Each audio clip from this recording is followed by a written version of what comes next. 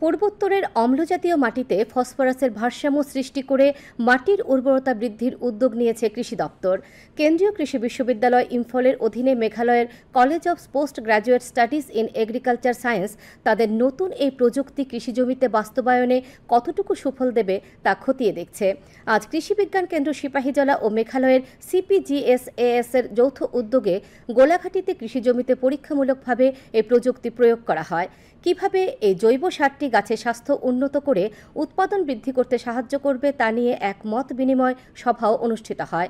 এতে এলাকার কৃষক, কৃষিবিজ্ঞানী ও কৃষি বিশেষজ্ঞরা উপস্থিত ছিলেন।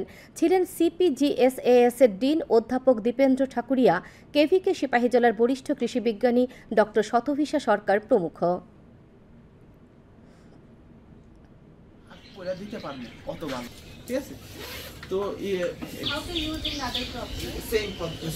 একটা নতুন প্রযুক্তি বা নতুন টেকনোলজি বলতে পারেন যেটা আমরা ডিস্ট্রিক্টে ট্রাই করছি, এটা হচ্ছে গিয়ে বায়ো এনহান্সার বা বায়ো ফার্টিলাইজারও যেটা আমাদেরকে বলি। এটা স্পেশালিটি হচ্ছে গিয়ে এটা আমাদের নর্থ ইস্টে ডেভেলপড, আমাদের সেন্ট্রাল এগ্রিকালচার ইউনিভার্সিটির একটা কলেজ CPGS এর আন্ডারে ডেভেলপ। এটা হচ্ছে গিয়ে specifically designed for the north eastern reason.